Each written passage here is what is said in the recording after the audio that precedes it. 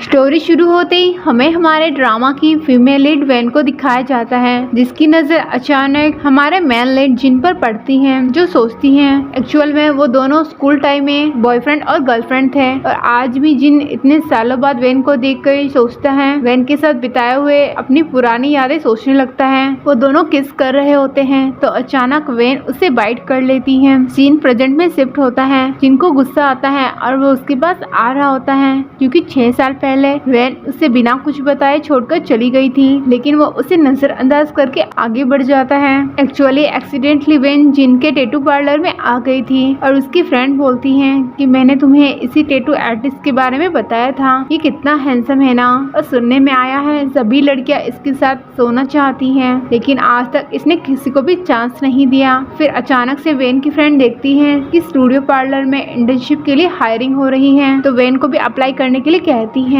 जिन पूछता है क्या वे दोनों इंटरव्यू के लिए आए हैं, तो उसकी फ्रेंड एक्साइटेड होकर कहती है, तो वैन कहती है कि ऐसा नहीं है, मैं बस अपनी फ्रेंड के साथ यहाँ से गुजर रही थी। वैन की फ्रेंड ये देखकर हैरान थी कि वो जिन को पहले से ही जानती है। इस पार्लर में जिन का जूनियर शू बोलने लगता है कि यहाँ पे इंटर्नशिप करने के लिए स्किल की जरूरत है, हम ऐसे ही किसी को हायर नहीं करते हैं। फिर वैन की फ्रेंड कहती है कि वैन बहुत ही अच्छी पेंटिंग बना लेती है। तभी वहाँ पर अचानक से जिन का एक फ्रेंड आता है और वो भी वैन को देखकर हैरान होता है। वैन जाने लगती है। जिन बोलता है तुम सेलेक्टेड हो, इसलिए तुम कल से वर्क पे आ सकते हो। अगले दिन से वैन टैटू पार्लर आती है। शू बोलता है कि तुम्हें डिजाइन बनाना तो आता है ना। वैन कहती है कि मैं कुछ और काम कर लूंगी, मुझे ड्रॉ करना नहीं आता, मैं ड्रॉ नहीं कर सकती। शू बोलता है मुझे लगा कि तुम्हें पेंटिंग करना आता होगा, ठीक है कोई बात नहीं, तुम कलर मिक्स करने में मेरी हेल्प कर सकती हो, और उसको बताता है कि इंक कैसे रेडी करते हैं। फिर वैन कलर मिक्स कर रही होती है, तो जिन आकर गुस्सा करने लगता है कि उसको ये सब टच करने के लिए किसने कहा, और उस कलर को फेंक देता है और बोलने लगता है कि कौन है जिसने वैन को कलर टच करने के लिए बोला। सभी जिन को इस तरह देखकर हैरान थे, क्योंकि आज से पहले किसी ने भी जिन को गुस्सा करते हुए नहीं देखा था। उसका हाथ धुलवाता है। वैन उससे बात करने की कोशिश करती है, पर जिन कुछ नहीं बोल रहा था। फिर कुछ देर बाद वो कहता है कि तुम इतने सालों बाद यहाँ पर क्यों आई हो। वैन कहती है कि मैं अपने बिजनेस ट्रिप पे आई हूँ। ये सुनकर जिन को बुरा लगता है और वो चला जाता है। और फिर वैन के पास मैसेज आता है, उसकी क्लासमेट उसको रियूनियन में बुला रही होती है। फिर वैन पार्टी में आ जाती है और उसको देखकर एक क्लासमेट अपना मुंह बनाने लगती है और कहती है क्या हुआ, जिन को लेकर नहीं आई तुम। वैन के दोस्त को गुस्सा आता है। वैन उसे रोकती है। उसके क्लासमेट बकवास करने लगती है कि तुम अचानक से स्कूल से ट्रांसफर लेकर गायब हो गई, कहीं ऐसा तो नहीं कि जिन ने तुम्हें छोड़ दिया, और वैन के बारे में उल्टी सीधी बकवास करने लगती है। वैन को बर्दाश्त नहीं होता, इसलिए वो उस लड़की के फेस पर पानी डाल देती हैं और कहती हैं कि मैं तो जिन के साथ नहीं हूँ, पर तुम तो जिन के साथ सोने के लिए मरी जा रही थी ना, उसने तो तुम्हें घास तक नहीं डाली। बात ज्यादा ना बढ़े इसलिए वहाँ पर एक क्लासमेट आकर उन दोनों की लड़ाई रुकवाता है और उस लड़की को वहाँ से बाहर ले जाने के लिए बोलता है, और खुद वैन से बात करने लगता है और कहता है कि उसको माफ कर देना, उसका ऐसा इंटेंशन नहीं था, एक्चुअली तुम अचानक से गायब हो गई थी, इसलिए हम सभी तुम्हें मिस कर रहे थे, और मैं तुम्हें बहुत ही लाइक करता हूँ। और उसको गलत तरीके से टच करने लगता है। वैन उसे सही तरीके से बिहेव करने के लिए कहती है। वह लड़का बकवास करने लगता है कि तुम मेरे सामने इतनी शरीफ बन रही हो, सबको पता है कि तुम्हारा और जिनका कैसा रिलेशन था, और उसके साथ जबरदस्ती करने लगता है। वैन उसको मारने चाहती है, पर उससे पहले वहाँ पर जिन आ जाता है और उस लड़के को वैन से दूर करता है और उसको बहुत ही गंदी तरह से मारने लगता है। उसका ये बिहेवियर देखकर सभी डर जाते हैं। जिन उस लड़के को बहुत ही मार रहा होता है। वैन उसे रोकती है। जिन गुस्से में वैन को वॉशरूम में ले आता है और उसे पूछने लगता है कि तुम्हें डर लग रहा था कि मैं उस लड़के को जान से मार डालूंगा। वैन कहती है कि मुझे डर लग रहा था कि कहीं तुम्हें चोट ना लग जाए। जिन बोलता है अच्छा तो तुम्हें मेरी फिक्र हो रही थी, तो उस वक्त कहाँ थी जब मैं हॉस्पिटल में बिस्तर पर मर रहा था और पागलों की तरह मैं तुम्हारा वेट कर रहा था, लेकिन तुम अचानक से गायब हो गई, और उसे पागलों की तरह किस करने लगता है। वैन उससे माफी मांगती है। जिन कहता है तुम मुझे 6 साल पहले छोड़कर चली गई, क्या तुम मुझसे दूर होकर खुश थी। तभी बाहर से कोई नॉक करता है। जिन गुस्से में उसको बाहर जाने के लिए कहता है। वैन कहती है मैं ठीक थी। ये सुनकर जिन को बहुत बुरा लगता है और वो कहता है तुम हार्टलेस हो, और वो वहाँ से चला जाता है। फिर अगले सीन में हम जिनको पुलिस स्टेशन में देखते हैं। पुलिस वाले पूछ रहे थे कि तुमने उस लड़के को क्यों मारा। जिन क्लियरली बोल देता है कि मुझे ये लड़का पसंद नहीं, इसलिए जब भी मैं इसे देखता हूँ तो मुझे इसे मारने का मन करता है। पुलिस वाले कहते हैं तुम्हारे नाम से पहले से ही बहुत सारे रिकॉर्ड्स हैं और तुम्हें पता है ना इसका क्या रिजल्ट होगा। पर फिर भी जिन बहुत ही रिलैक्स होता है। बाद में वैन और जिन का दोस्त उसे पुलिस स्टेशन से छुड़वाने के लिए आते हैं। फिर वो सभी खा पी रहे होते हैं, तभी उसका एक और दोस्त आता है और वैन को देखकर हैरान होता है। दोनों दोस्त आपस में बात करने लगते हैं कि जिन तो कहता था कि अगर वैन वापस आएगी तो उसको जान से मार देगा। जिन ये सब सुन रहा होता है और वो वैन से कहता है तुम्हें जो खाना है तुम ऑर्डर कर सकती हो, मैं भूल चुका हूँ तुम्हें क्या पसंद है। वैन कहती है मैंने कुछ नहीं कहा, तुम मुझे बता क्यों रहे हो। मतलब वैन को सब पता होता है कि जिन नाटक कर रहा है। फिर वैन खाना ऑर्डर करती है और जिन कहता है कि स्पाइसी कम बनाना क्योंकि इस लड़की को ज्यादा स्पाइसी खाना पसंद नहीं है। तो रेस्टोरेंट का ओनर बोलने लगता है कि ऐसा लगता है कि आप अपनी गर्लफ्रेंड से बहुत ही ज्यादा प्यार करते हैं। जिन के दोनों दोस्त उसे चिढ़ाने लगते हैं। जिन बोलता है कि मैं तो इसलिए बोल रहा हूँ कि कहीं ये फालतू में बीमार न पड़ जाए, लेकिन उसके दोस्त तो समझ रहे होते हैं कि आज भी वो वैन की कितनी ज्यादा केयर करता है और वैन भी हंसने लगती है। तो जिन बोलता है तुम क्यों हंस रही हो, तो वैन कहती है बस ऐसे ही। अब उसे बहुत ही प्यार से थैंक यू कहती है। अब खाना खाने के बाद वैन जाने लगती है। जिनका दोस्त बोलता है कि तुम्हें वैन को उसके घर तक ड्रॉप कर देना चाहिए। वैन कहती है क्या तुम फाइटिंग करना स्टॉप नहीं कर सकते। जिन बोलता है तुम होती कौन हो मुझे कंट्रोल करने वाली। वैन कहती है मैं चाहती हूँ तुम फिर से अच्छे बन जाओ। जिन कहता है कि तुम जिस अच्छे जिन को जानती हो वो ऑलरेडी ही 6 साल पहले मर चुका है, क्या तुम्हें इस बारे में पता है। ये सुनकर वैन को अच्छा नहीं लगता और वो चली जाती है। जिनका दोस्त बोलता है कि तुम्हें वैन के साथ इस तरह से बात नहीं करनी चाहिए थी। फिर जिन वैन के पीछे पीछे उसकी बिल्डिंग तक आता है ताकि वो सेफली घर तक पहुंच जाए। फिर वैन को उसके मैनेजर की कॉल आती है कि अब तुम्हारा प्रोजेक्ट पूरा हो चुका है, इसलिए तुमको वापस आना चाहिए। वैन सोचती है क्या मुझे जिन को गुड बाय कहकर जाना चाहिए या फिर नहीं, और उसे कॉल करती है लेकिन जिन कॉल नहीं उठाता। वैन को लगता है कि शायद वो उससे बात नहीं करना चाहता। फिर वैन पैकिंग करके नीचे आती है तो जिन को देखती है और उसे यहाँ पर देखकर वो समझ जाती है कि वो उसका बहुत टाइम से वेट कर रहा है। जिन बोलता है तुमने कॉल करना स्टॉप क्यों किया। वैन कहती है कि मैंने बहुत बार कॉल किया पर तुमने कॉल रिसीव नहीं किया। जिन बोलता है कि अच्छा, और जब तुम मुझे छोड़कर जा रही थी तो मैंने तुम्हें हजारों बार कॉल किया, क्या तुमने आंसर दिया, और आज तुम फिर से मुझे छोड़कर जाना चाहती हो जैसे 6 साल पहले मुझे अकेला छोड़कर भाग गई थी। तुम दोबारा से ये सब रिपीट करना चाहती हो। और वो उसे गुस्से में काट लेता है और कहता है कि तुम्हें याद है कुछ साल पहले तुमने मुझे बाइट किया था, इसलिए मैं तुम्हारी चीज वापस रिटर्न कर रहा हूँ। और वो वैन को अपने घर बोलने के लिए कहता है। वैन कहती है कि क्या मतलब है। जिन कहता है तुमने मेरे साथ इतना बुरा किया, क्या तुम मुझे पे बैक नहीं करना चाहती। वो उसे बाइक पर बैठने के लिए कहता है। वैन बाइक पर बैठ जाती है। वो उसे टाइटली पकड़ने को बोलता है और बहुत ही तेजी से बाइक दौड़ाता है। वैन चिल्लाने लगती है। फिर हमें फ्लैशबैक का एक सीन दिखाया जाता है।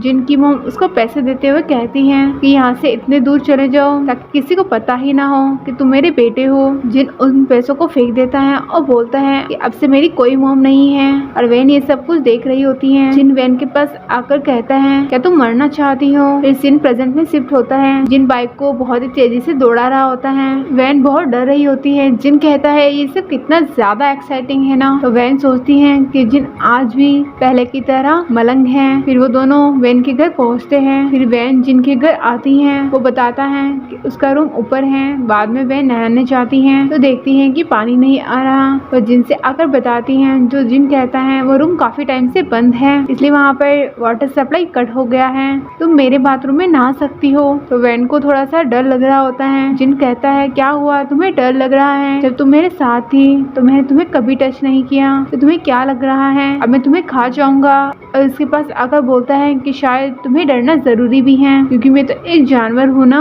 और तुम्हें डरना होगा, मैं तुम्हें खा जाऊंगा। पहले तो तुम मुझे छोड़कर चली गई। जिन ने उसे जहाँ बाइट किया होता है वो निशान अभी भी उसकी बॉडी पर होता है। वो उस निशान को हाइड करने लगती है और बहाना बना के जाने की कोशिश करती है। जिन उसे रोक लेता है और वो उस निशान को टच करते हुए कहता है निशान कब तक रहने वाला है। वैन कहती है ये जल्दी ही चला जाएगा। जिन बोलता है पर तुम्हारी बाइट के निशान जो तुमने मुझे दिए थे वह लाइफ टाइम मेरे पास ही रहने वाले हैं, पर तुमने कितनी आसानी से बोल दिया ना कि मेरी बाइट के निशान चले जाएंगे। वैन उसे सॉरी कहती है। तो जिन कहता है कि तुम मुझे छोड़कर चली गई थी तो क्या उस बात का तुम्हें कोई पछतावा नहीं है, क्या तुम्हें एक बार भी फील नहीं हुआ कि तुमने मेरे साथ कितना गलत किया है। वैन जिन बोलती है कि मुझे किसी बात का रिग्रेट नहीं है। तो जिन को बहुत ही बुरा लगता है और बोलता है सही में तुम काफी कमाल की हो। और फिर वो शावर ले रहा होता है और वो शावर लेते हुए अभी भी वैन के बारे में सोचे जा रहा होता है। बाद में वो वैन को टैटू स्टूडियो लेकर आता है और उसे डिजाइन करने के लिए कहता है। तो वैन कहती है मैं बस कुछ दिनों के लिए बिजनेस ट्रिप पे आई थी और कहती है मैं ड्रॉ नहीं कर सकती। तो जिन कहता है कि थोड़ा सा रेस्ट करो और फिर ड्रॉ करने की कोशिश करो।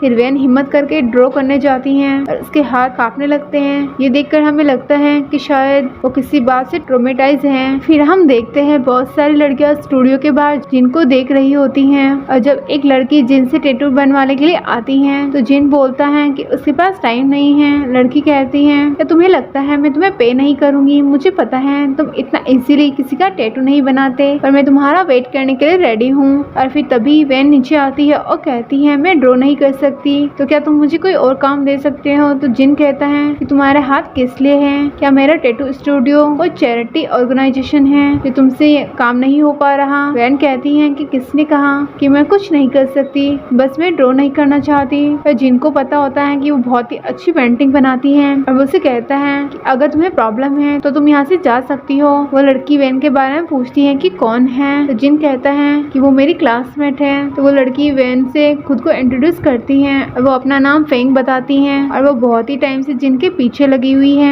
जिन वैन से बोलता है कि ये मेरे साथ सोना चाहती है। तो वैन कहती है मुझे पता है तुम ऐसा कुछ नहीं करोगे। जिन बोलता है तुम्हें ऐसा क्यों लगता है? वैन बोलती है मुझे पता है। तो जिन कहता है तो क्या तुम मेरे साथ सोना चाहती हो? तो वैन कहती है सच में तुम बहुत ही बेशर्म हो और वहाँ से चली जाती है। वो लड़की बोलती है वैसे मैंने इस लड़की को पहले कहीं देखा है। अब मुझे पता है तुम इस लड़की को पसंद करते हो पर इस लड़की की इमेज बाहर बहुत ही खराब है। जिन कहता है कि तुम्हें पता है ना कि तुम क्या बोल रही हो और उस लड़की को यहाँ से जाने को कहता है। तो वैन कहती है क्या तुम जानना नहीं चाहोगे कि मैंने इस लड़की को कहाँ देखा है? और उसे एक वीडियो प्ले कर दिखाती है जब स्कूल टाइम में एक आदमी वैन के साथ जबरदस्ती करने की कोशिश कर रहा था। जिन गुस्से में पूछने लगता है कि ये वीडियो तुम्हारे पास कैसे आई और उस वीडियो को डिलीट करने के लिए कहता है पर फैंग नहीं सुनती है, इसलिए वो वीडियो को जबरदस्ती डिलीट करके उसके फोन को ही तोड़ देता है। और फिर वो अपने दोस्त को कॉल करके टैटू टाइप लाने के लिए बोलता है। उसका दोस्त हैरान था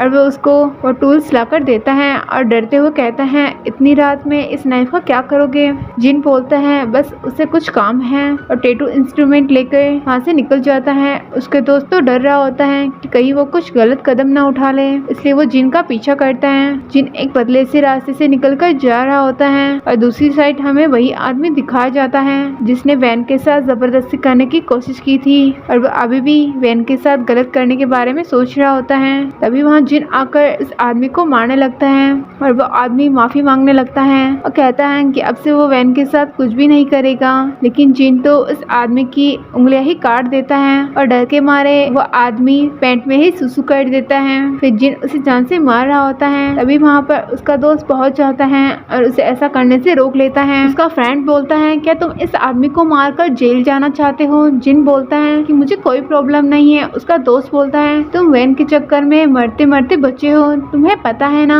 तुम 2 साल जेल में बिताकर आए हो। उस वैन का क्या, उसने तुम्हारे लिए एक मैसेज तक नहीं छोड़ा और अचानक से गायब हो गई। तुम उसके प्यार में पागल हो चुके हो। क्या तुम भूल चुके हो कि तुम दोनों के बीच में जो कुछ था वो 6 साल पहले खत्म हो चुका है? जिन बोलता है कि तुमने सही कहा, सब कुछ 6 साल पहले खत्म हो चुका है पर मैं क्या करूं? पर मैं अभी भी उसे प्रॉब्लम में नहीं देख सकता। ये सुनकर उसका दोस्त साइड हट जाता है और जिन उस आदमी से उसका फोन लेकर तोड़ देता है क्योंकि उसके फोन में वो वीडियो थी।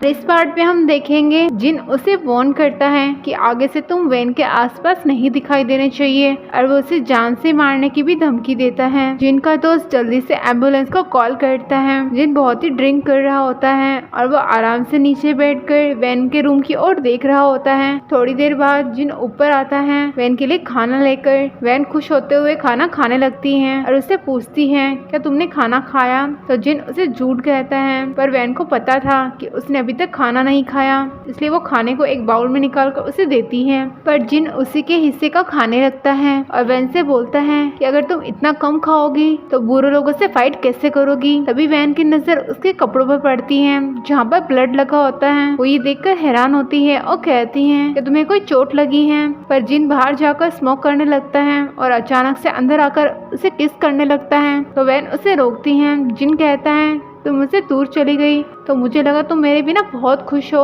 पर तुम दूसरों से कैसे बुरी हो सकती हो। अगर तुम्हें कोई परेशान करता है तो मुझे अच्छा नहीं लगता।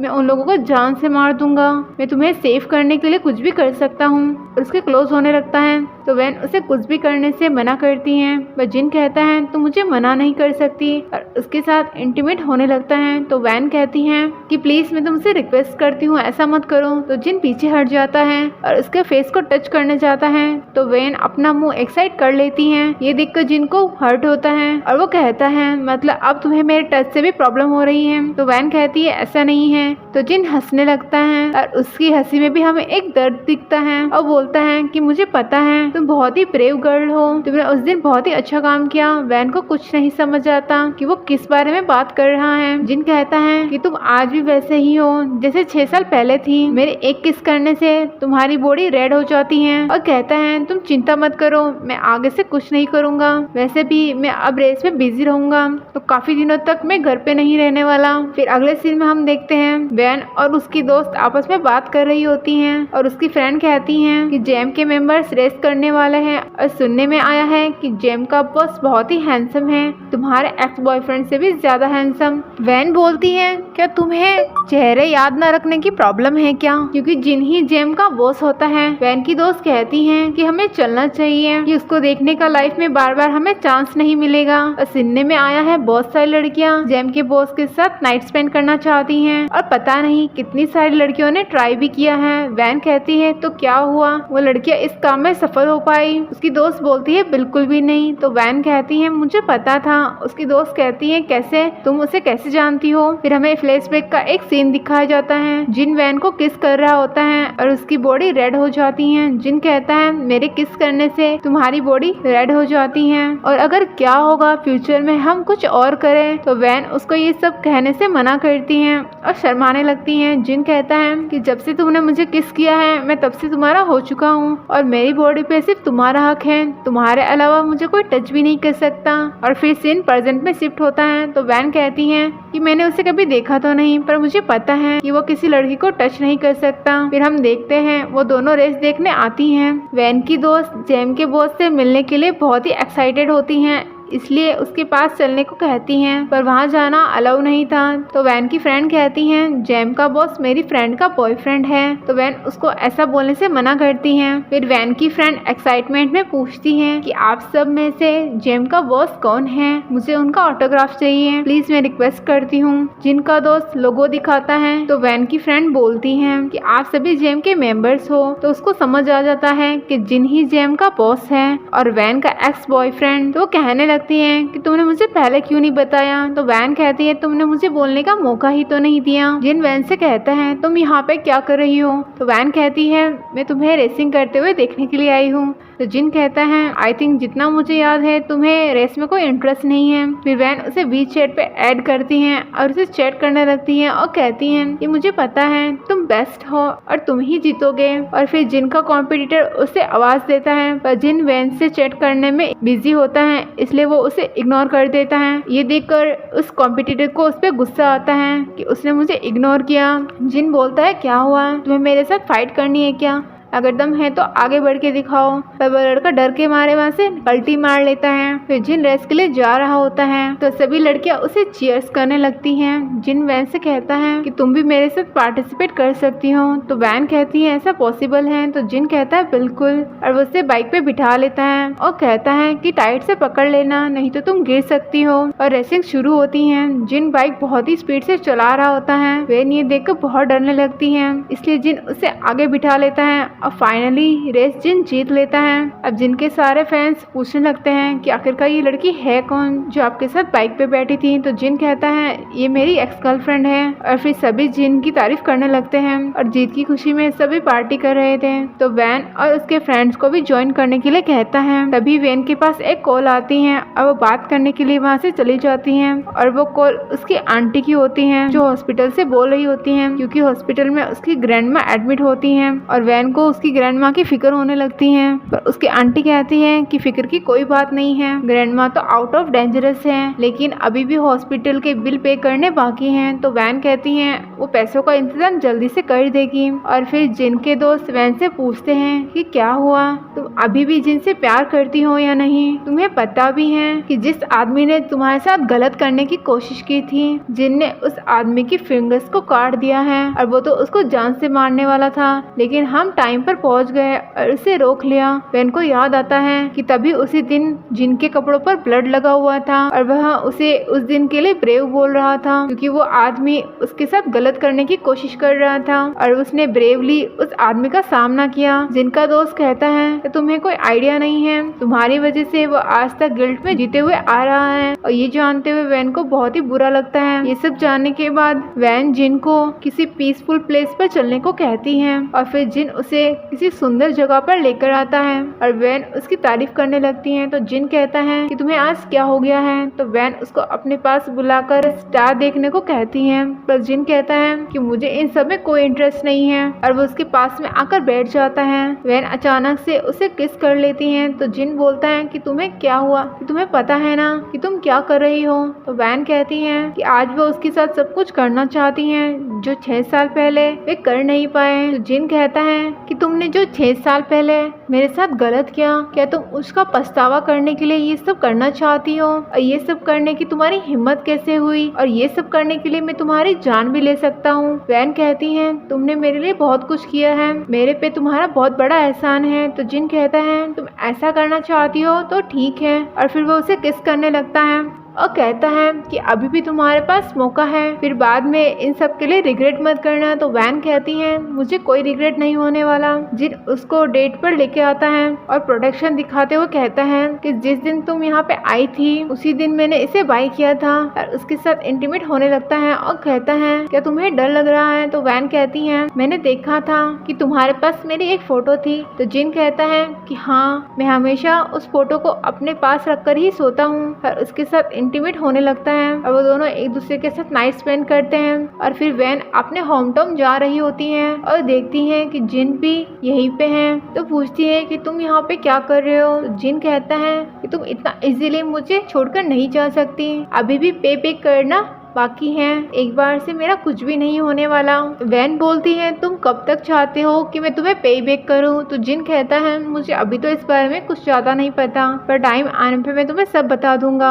फिर जिन उसे उसके घर तक छोड़ने आता है। वैन की ग्रैंडमा उसको यहाँ पर देखकर बहुत ही खुश होती है और वैन उनसे कहती है आपको इतने जल्दी हॉस्पिटल से आने की क्या जरूरत थी? तो ग्रैंडमा बोलती है मैं बिल्कुल भी ठीक हूँ और हॉस्पिटल में रहकर फालतू का खर्चा ही बढ़ रहा था और तुम इतना वर्क कर रही हो। तो वैन कहती है कि आपसे ज्यादा इम्पोर्टेंट मेरे लिए कुछ भी नहीं है। और तभी वहाँ पर जिन आता है। वैन उसको यहाँ पर देखकर हैरान थी। ग्रैंडमा पूछती है ये कौन है? तो जिन कहता है मैं वैन का क्लासमेट हूँ। तो ग्रैंडमा उसका वेलकम करती है और कहती है तुम पहले क्लासमेट हो जो हमारे घर आए हो। तो जिन कहता है वैन का कॉलेज टाइम में कोई भी फ्रेंड नहीं था। ग्रैंडमा बोलती है कि वैन की लाइफ बाकी बच्चों से बहुत ही अलग रही है। वैन अपने टीनेज को सही से एंजॉय नहीं कर पाई। वैन नहीं चाहती थी कि जिनको कुछ पता चले, इसलिए ग्रैंडमा को बहाने से वो किचन में भेज देती हैं। बाद में वो तीनों साथ मिलकर डिनर करते हैं और वैन बर्तन धोने के लिए जा रही होती हैं। तो जिन उसे रोककर खुद ही बर्तन साफ करने जाता है और फिर जिन बाहर चला जाता है। तो ग्रैंडमा वैन को उससे बाहर तक छोड़ने के लिए बोलती हैं और कहती हैं कि मुझे पता है कि एक टाइम तुम दोनों एक दूसरे से कितना ज्यादा प्यार करते थे। अब वैन बाहर आकर जिनसे कहती है कि तुमने होटल बुक कर लिया? पर जिन उससे पूछता है कि क्या कॉलेज टाइम में तुम्हारे दोस्त नहीं थे? ग्रैंडमा ऐसा क्यों बोल रही थी कि तुम अपने टीनेज लाइफ को सही से एंजॉय नहीं कर पाई? तो वैन बहाना बनाने लगती है कि मैं बहुत ही बिजी रहती थी और मेरे पास उनके साथ एंजॉय करने का टाइम नहीं मिलता था। वो बोलता है कि अच्छा, बिजी कहाँ पर, किसी और को डेट कर रही थी क्या? और उसको टीज करने लगता है कि तुम काफी अगली दिखती हो। वैन गुस्से में उसको बाइट कर लेती है। वो बोलता है तुम डॉग हो जो हमेशा बाइट करती रहती हो। तो वैन कहती है तुम क्या मंकी हो जो तुम हमेशा मुझे परेशान करते रहते हो? वो बोलता है कि मैं तो जस्ट मजाक कर रहा हूँ, तुम आज भी बहुत ही प्रीटी हो जैसे स्कूल टाइम में हुआ करती थी। और उसके मार्क्स को पॉइंट करते हुए कहता है जो मैंने तुम्हें ये निशान दिए हैं वे काफी अच्छे लग रहे हैं। वैन उसको मारने लगती है और फिर वो अंदर आती है। तो ग्रैंडमा उसे कहती है जिन आज भी तुम्हें बहुत ज्यादा प्यार करता है और आज भी वो तुम्हारा वेट कर रहा है। लेकिन वैन अपने फादर की फोटो की तरफ देखती है कि उन्होंने मेरी लाइफ तो बर्बाद कर दी है, पर वह इन सब चीजों में जिनको नहीं घसीटना चाहती हैं।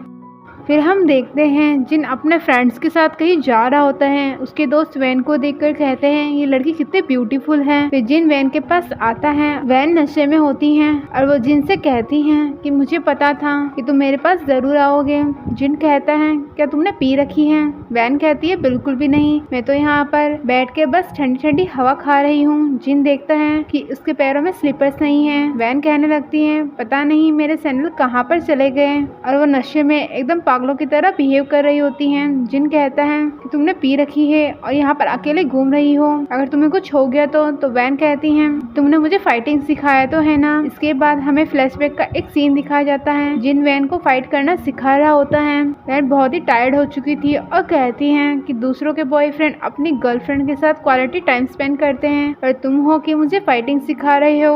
जिन कहता है मैं हर वक्त तुम्हारे साथ नहीं रह सकता, इसलिए तुम्हें खुद को प्रोटेक्ट करना आना चाहिए ताकि कोई भी तुम्हें हर्ट करने की कोशिश ना करे। फिर सीन प्रेजेंट में शिफ्ट होता है। वैन बोलने लगती है कि तुमने मुझे फाइटिंग सिखाई तो है ना, तो मुझे कुछ भी नहीं होगा। जिन उसे किस करने लगता है तो उसके फ्रेंड्स ये देखकर हंसने लगते हैं। जिन वैन को बोलता है कि मैंने तुम्हें किस करना भी तो सिखाया था, फिर तुमने वो तो नहीं सीखा। फिर जिन उसे पीठ पे बिठा कर ले जाने लगता है। वैन उसको बाइट कर लेती है। जिन बोलता है अब अगर तुमने दोबारा मुझे बाइट किया तो मैं तुम्हें छोड़ने वाला नहीं हूँ। तो वैन कहती है मुझे पता है तुम मेरे साथ कुछ नहीं करोगे क्योंकि उस रात के बाद अभी भी मुझे बहुत पेन हो रहा है। जिन बोलता है कि तुमने मेडिसिन नहीं लगाया? तो वैन कहती है नहीं। जिन उससे कहता है उस रात इंटीमेट होने के बाद तुम्हें भागने को किसने कहा था? और मेडिसिन बाय करने आता है। वह लड़की शर्माते हुए वो मेडिसिन देती है। जिन उसको होटल में लेकर आता है और मेडिसिन अप्लाई करने जाता है तो वैन उसको ऐसा करने से मना करती है और वो देखती है कि उसके कंधे पे कुछ रेड सा दिख रहा है। वो चेक करने के लिए जैसे ही हाथ आगे बढ़ाती है तो जिन उसे रोक देता है। तो वैन कहती है कि मैं तुम्हें टच नहीं कर सकती। जिन कहता है किसी को भी टच करना अलाउ नहीं है। तो वैन कहती है ठीक है, मैं थोड़ा सा देख तो सकती हूँ। जिन उसे मना कर देता है। एक्चुअली जब वैन ने उसको वहाँ पर बाइट किया था तो उसने वहाँ पर एक टैटू बना दिया था। वो कहता है भूलो मत कि तुम मुझे छोड़कर चली गई थी और गुस्से में वो ट्यूब वहीं पर फेंक कर चला जाता है। फिर हम देखते हैं वैन अपनी पार्ट टाइम जॉब कर रही होती है। दो लड़के उसके साथ फ्लर्ट करने की कोशिश करते हैं पर वैन चुपचाप उन्हें पेमेंट करके जाने को कहती हैं। तभी वहाँ जिन अपने दोस्तों के साथ बैठा हुआ होता है और वैन को ही देख रहा होता है और उसे मैसेज करता है कि तुम कहाँ पर हो। वैन उसे झूठ कहती है कि मैं तो अभी ग्रैंडमा के हाउस पर हूँ। वो कहती है कि क्या हुआ? वो बोलता है क्या बात है, ये तो कोइंसिडेंट हो गया, मैं बिल्कुल ठीक तुम्हारे सामने बैठा हूँ। वैन उसको देखकर थोड़ी सी घबरा जाती है। जिन उसको अपने पास बुलाता है और कहता है कि ये तो कोइंसिडेंट हो गया ना कि मैं तुम्हारे घर पे ही हूँ। जिन का फ्रेंड समझ जाता है कि जिन इसको यहाँ पर इसलिए लेकर आया है क्योंकि वो वैन के पास रहना चाहता है। जिन वैन पे गुस्सा करने लगता है कि मैंने तुम्हें कॉल नहीं किया तो तुमने भी मुझे कांटेक्ट करने की कोशिश भी नहीं की। तो उसका फ्रेंड उसको चिल करता है और वो वैन को साथ में बिठाकर कार्ड खेलने लगते हैं और सभी कार्ड्स खेल रहे होते हैं। वैन जीत जाती है और जिन हार जाता है। हारने वाले को अपना एक सीक्रेट के बारे में बताना था जो किसी को पता नहीं था। जिन कहता है कि उसकी बॉडी पे उसके प्यार का दिया हुआ एक मार्क है पर वो उसको छोड़कर चली गई। फिर जिन का फ्रेंड उसके कार्ड्स को देखता है तो वो हैरान होता है कि जिन जानबूझकर हार रहा था। जिन वैन से बोलता है कि क्या हुआ, तुम रो रही हो? वैन उसे सॉरी करती है कि वो उसकी वजह से हर्ट हो गया। फिर हम देखते हैं वैन को बुखार आ जाता है। ग्रैंडमा उसकी केयर कर रही होती है। वैन बेहोश होती है और जिन का नाम ले रही होती हैं। ग्रैंडमा को अपने बेटे पर बहुत ही गुस्सा आ रहा होता है कि उसने इतने उधार लिए हैं, उसके चक्कर में वैन की लाइफ ही पूरी बर्बाद हो गई। फिर बाद में वैन बहुत ही हिम्मत करके जिन को कॉल करती हैं तो एक लड़की कॉल रिसीव करती है और कहती है कि जिन अभी वॉशरूम में गया है। आगे से लड़की की आवाज सुनकर वैन कॉल कट कर देती है। तभी जिन आता है और उस लड़की को कहता है कि तुम्हारी हिम्मत कैसे हुई मेरे फोन को टच करने की, आखिरकार तुम हो कौन। और फिर वो वापस वैन को कॉल लगाता है। पहले तो वैन कॉल को कट कर देती है, फिर जिन दोबारा उसे कॉल बैक करता है तो वो कॉल रिसीव कर लेती है। जिन कहता है वो लड़की उसकी स्टाफ थी।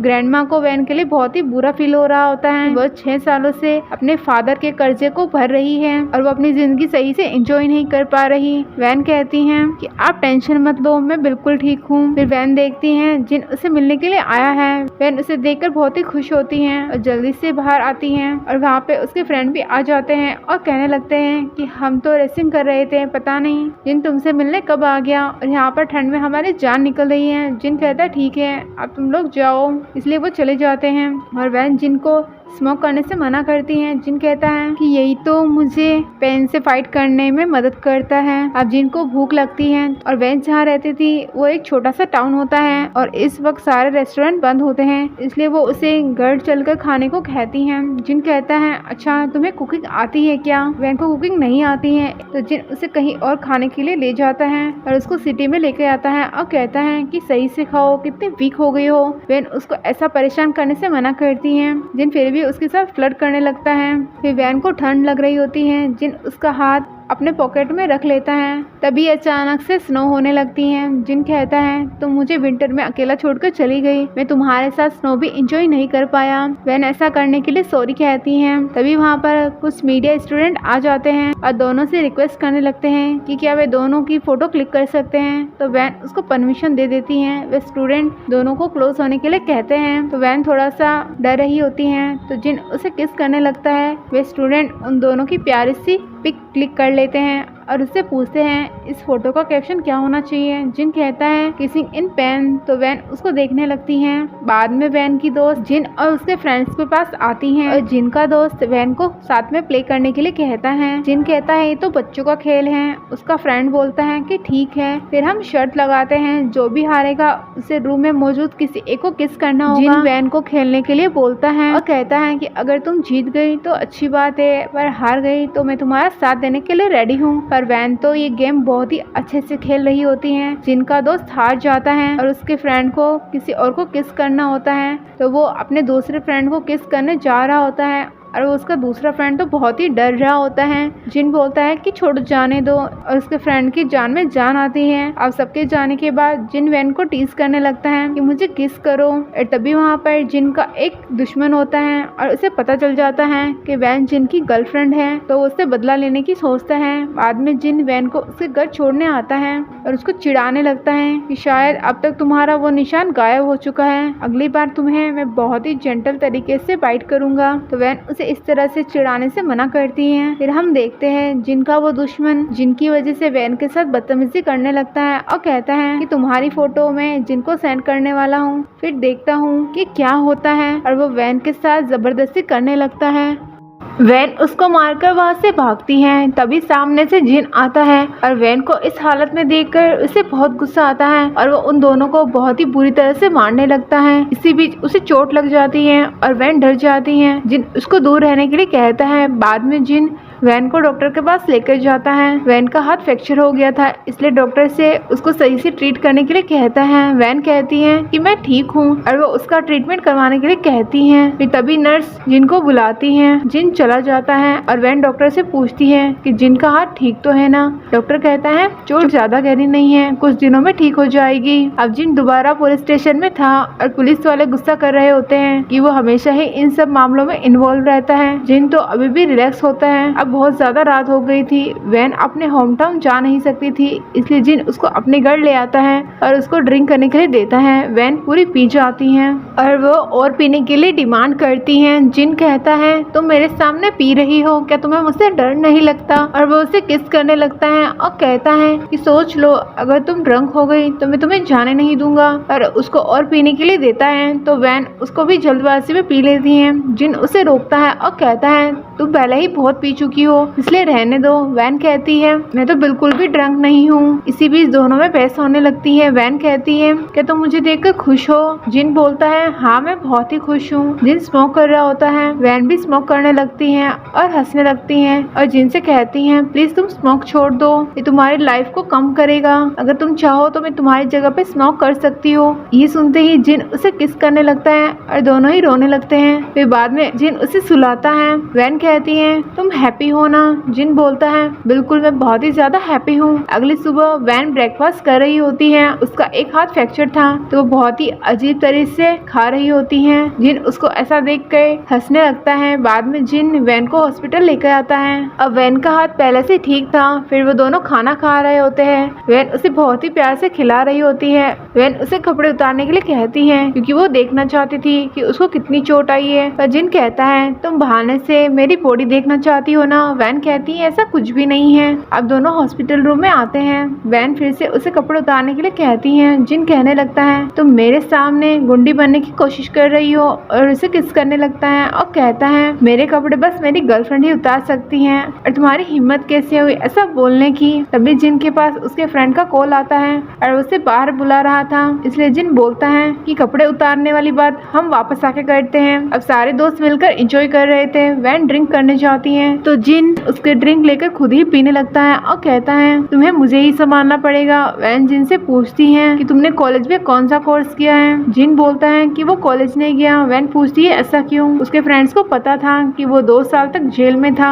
तो वो कॉलेज कैसे कंप्लीट करता। तभी वहाँ पर एक छोटी सी बच्ची रोज बेचते हुए आती है और जिन को बोलती है कि आप अपनी गर्लफ्रेंड के लिए ये खरीद लो ना। और जिन कहता है कि मेरी तो कोई गर्लफ्रेंड नहीं है। और जिन कहता है मेरी गर्लफ्रेंड को रोज पसंद नहीं है। और फिर वैन चुपके से उन फ्लावर्स को खरीद लेती है और जिनको देते हुए कहती है कि तुमसे दोबारा मिलकर बहुत अच्छा लगा। जिन कहता है इन फ्लावर्स के बहाने तुम मुझसे कपड़े उतरवाना चाहती हो। ये सुनकर उसके फ्रेंड्स बोलते हैं सोच समझ के बोला करो, यहाँ पे हम बेचारे सिंगल हैं और तुम लोगों को रोमांस ही खत्म नहीं होता। जिन उन फ्लावर्स को ले लेता है और वैन चुपके से उसकी एक पिक क्लिक करती हैं और वॉलपेपर पे लगा देती हैं और कहती हैं आज तुम बहुत ही हैंडसम लग रहे हो। जिन कहता है तुम फिर से मेरे कपड़े उतारने के लिए झूठ बोल रही हो। वैन उसको एक प्लेस पर चलने को कहती हैं जहाँ पर वो विश मांगा करते थे। वैन अपने विश मांग रही होती है। जिन उसको चिढ़ाने लगता है कि तुम विश मांगो कि हमारे ग्रैंड चिल्ड्रन हमेशा खुश रहे। और फिर बोलता है कि चलो बताओ तुमने क्या विश मांगा? ऐसा तो नहीं कि हम दोनों हमेशा एक दूसरे के साथ रहे? तो वैन कहती है ऐसा नहीं है।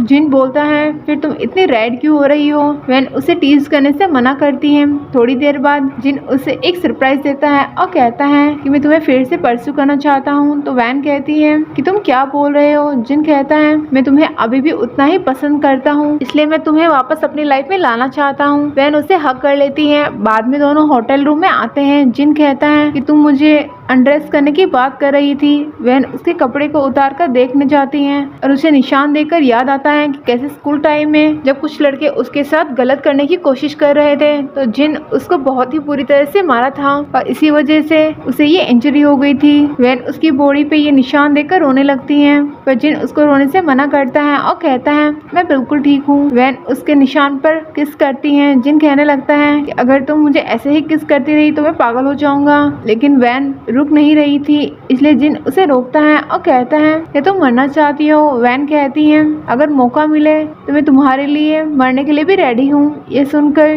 जिन उसे किस करने लगता है और दोनों एक दूसरे के साथ इंटीमेट होने लगते हैं। नेक्स्ट मॉर्निंग जिन वैन से कहता है कि अब तो हम साथ हैं ना, अगर तुम मना भी करोगी तो भी मैं तुम्हें नहीं छोड़ने वाला। और आज क्रिसमस होता है इसलिए वैन उसको विश करती है। वैन को अपने होम टाउन जाना था इसलिए वो उसको गुड बाय बोलकर चली जाती है। जिन वैन का मैसेज देखता है और उसने लिखा हुआ था कि वो उसे बहुत ही लव करती है। जिन उसकी फोटो क्लिक करके वैन को मैसेज करता है तुम कितनी बेवकूफ हो कि तुम कितना शर्माती हो। ये सब तुम मुझे मेरे फेस पे नहीं बोल सकती। वैन हंसने लगती है। फिर तभी वैन के पास हॉस्पिटल से कॉल आती है कि ग्रैंडमा की रिपोर्ट आ चुकी है और डॉक्टर बताते हैं ग्रैंडमा को लिवर कैंसर है। तो यह जानकर वैन का दिल पूरी तरह से टूट जाता है। इधर जिन बेचैन था कि अभी तक वैन ने उसे कॉल क्यों नहीं किया, इसलिए वो उसको मैसेज करता है। वैन उससे हैप्पी क्रिसमस विश करती है। जिन पूछता है कि बताओ कि तुम्हें आज क्या गिफ्ट चाहिए। तो वैन कहती है मुझे समझ नहीं आ रहा मैं क्या गिफ्ट मांगू। जिन उसको विंडो ओपन करने के लिए बोलता है और कहता है बाहर तुम्हारे लिए गिफ्ट है।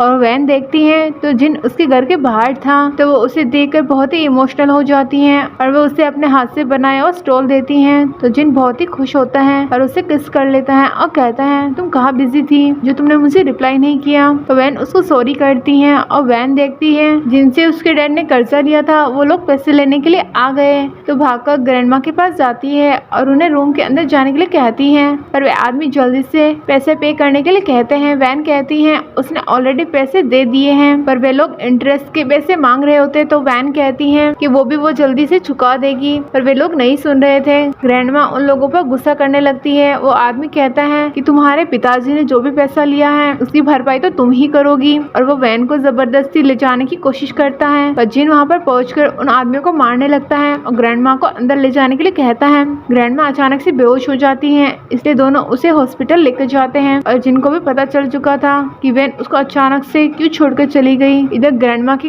कंडीशन बहुत ही क्रिटिकल थी। ये देखकर वैन रोने लगती है। कुछ देर बाद ग्रैंडमा को होश आता है। जिन वैन को बुलाने के लिए कहता है पर ग्रैंडमा कहती है मुझे तुमसे बात करनी है। वो कहती है जब तुम हाई स्कूल में थे तब से मैं तुम्हें पसंद करती हूँ और तुम वैन के लिए सबसे अच्छे लड़के हो और मुझे पता है तुम वैन से कितना प्यार करते हो। और बताती हैं कि मुझे लीवर कैंसर है। इस बारे में वैन को पता चल चुका है पर वो मेरे सामने स्ट्रांग बनने की कोशिश कर रही है पर मुझे पता है कि वह अंदर ही अंदर घुट रही है इसलिए प्लीज उसका ध्यान रखना। मैं नहीं चाहती कि वो और ज्यादा सफर करे।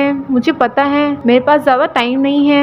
और इधर हम देखते हैं ग्रैंडमा की ट्रीटमेंट के लिए वैन अपना घर सेल कर रही होती है और उसकी फ्रेंड कहती है तुम टेंशन मत लो प्रॉपर्टी सेल करने की मैंने बात की है और तुम जाओ ग्रैंडमा के साथ कुछ टाइम स्पेंड करो। तभी वहाँ पर कुछ आदमी आ जाते हैं जिसे वैन के फादर ने उधारी लिए थे और वैन को कहते हैं तुम बिना पे किए कहाँ भाग रही हो। वैन कहती है वो पे नहीं करने वाली और वैसे भी मैंने पैसे उधार नहीं लिए थे। वो आदमी गुस्से में वैन को मारने जाता है पर जिन वहाँ पर आता है वैन उस आदमी को हिट कर देती है और जिन एक एक करके उन आदमियों को मारने लगता है और वैन को बाहर करके रूम को लॉक कर देता है। थोड़ी देर बाद वैन देखती है कि जिन की बॉडी में ब्लड लगा हुआ है। तो जिन कहता है कि ये ब्लड मेरा नहीं है और फिर वो वैन से कहता है अब तुम अपना बदला इन लोगों से ले सकती हो। और वैन को याद आता है कि पहले ये लोग कैसे उसको टॉर्चर किया करते थे और वो एक पेंटर थी इसलिए इस आदमी ने उसके हाथ को ही इंजर्ड कर दिया। और सब कुछ याद करके वैन उस आदमी को बुरी तरह से मारने लगती है। जिन उस आदमी को बोलता है कि ये लड़की मेरी जान है, इसे परेशान किया तो मुझसे बुरा कोई नहीं।